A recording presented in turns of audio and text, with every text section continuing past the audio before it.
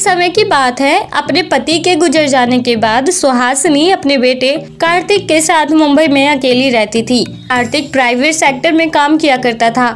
उससे उसे इतने पैसे तो मिल ही जाते थे कि वो अपना घर चला सके, साथ ही कुछ सेविंग भी कर सके। लेकिन कार्तिक की माँ बेहद कंजूस थी। वो घर में फालतू खर्चे का तो ध्यान रखती ही थी, लेकिन जो जरूरतों की चीजें होती थी वो उसमें भी पैसा खर्च करने से डरती थी, कहीं उसके सारे पैसे खर्च ना हो जाए।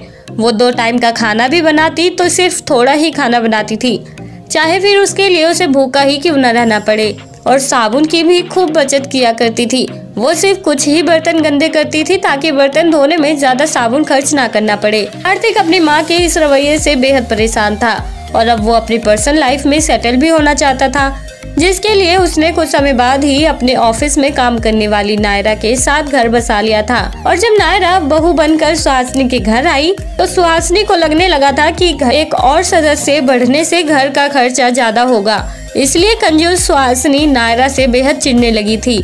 सुहासिनी ही अपने घर का खाना बनाती और अपनी बहू को अपने से आधा खाना देती, जिससे कि नायरा की भूख भी नहीं मिटती थी।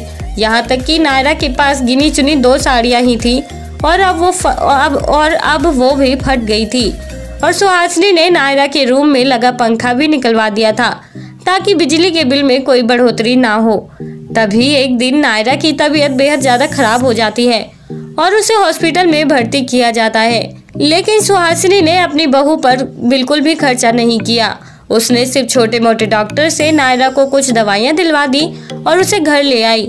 उस दिन सुहासिनी को 2 दिन के लिए अपनी बेस्ट फ्रेंड के घर जाना था और वो अपनी फ्रेंड के घर चली जाती है। और जब वापस लौटती है तो उसे अपने घर में अपनी बहू नहीं बल्कि अपनी समधन अक्षरा मिलती है। अक्षरा सुहासिनी से कहती है कि तुम्हारी बहू मर चुकी है। उसे काफी तेज बुखार था, जिसके इलाज में तुमने लापरवाही बरती और इसलिए उसे मौत को गले लगाना पड़ा।